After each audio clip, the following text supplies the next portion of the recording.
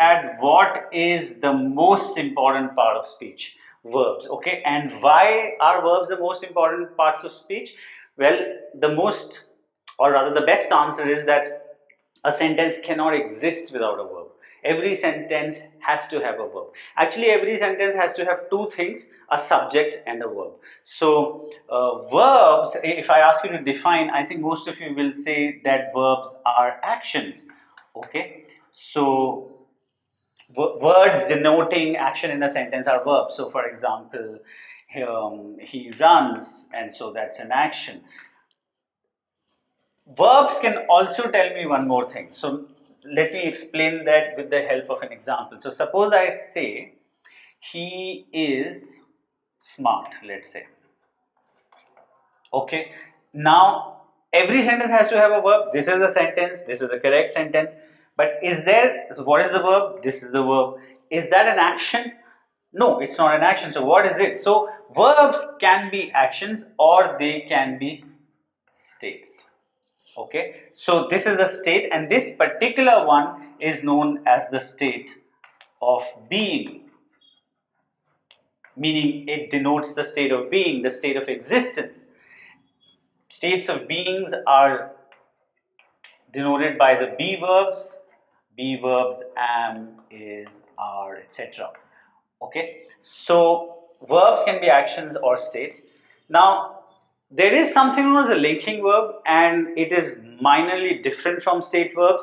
But believe me, for our purposes, remember CAT, GMAT, if we look at state verbs and linking verbs as the same thing, it really won't matter. Our purposes will be solved. Okay, so verbs are actions or states. Now, there's one more thing that we need to remember. Suppose I say he, let's say, wants.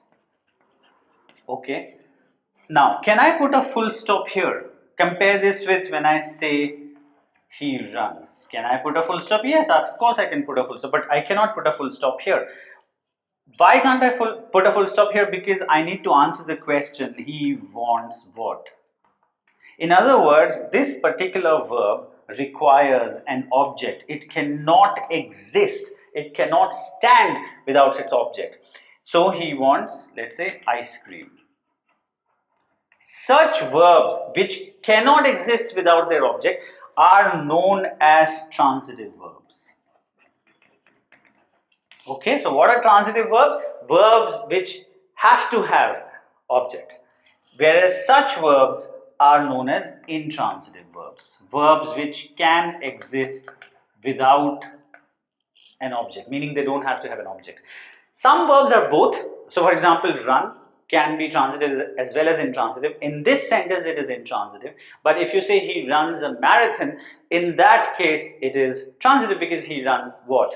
And so the best way to figure out the object of a sentence is you first identify the verb and you ask the question, what, after the verb. After the verb. If you ask it before the verb, if you ask the question who or what before a verb, then you will get the subject. Who or what wants he? So this is the subject. Wants what? After the verb? Ice cream. So this is the object. So remember, in fact, let me tell you the most important thing that you need to remember in sentence correction and grammar, because sentence correction is what we are bothered about. So in CAT, in GMAT, what comes is sentence correction. You're given a sentence with an error and you're supposed to correct it in case there is an error. Okay, so the most important thing that you can remember in sentence correction is get into the habit, the moment you go to a sentence, get into the habit of identifying the verb or the verbs, as many verbs as there are. Get into the habit of identifying that, because once you do that, a lot of your work is automatically taken care of. So for example, the moment you identify the verb, you have more or less automatically, not immediately, not like right now, but once you do more and more grammar, once you get a hang of it, the moment you will identify a verb, you will automatically identify the subject and automatically, in case there is an object. Remember, subject will always be there, but object will only be there if it is a transitive verb. If it is an intransitive verb, the object will not be there. Okay, so get into the habit of identifying verbs. So you identified the verb, you ask the question who or what before the verb, who or what wants, you will get the subject. Similarly here, who or what is smart, he, so this is the subject. And you ask the question what after the verb, you will get the object. Repeat, verbs which necessarily require an object are known as transitive verbs. Verbs which can do without an object are known as intransitive verbs. Okay, one more thing about verbs. So compare this sentence with he is singing. What is the difference between these two ises?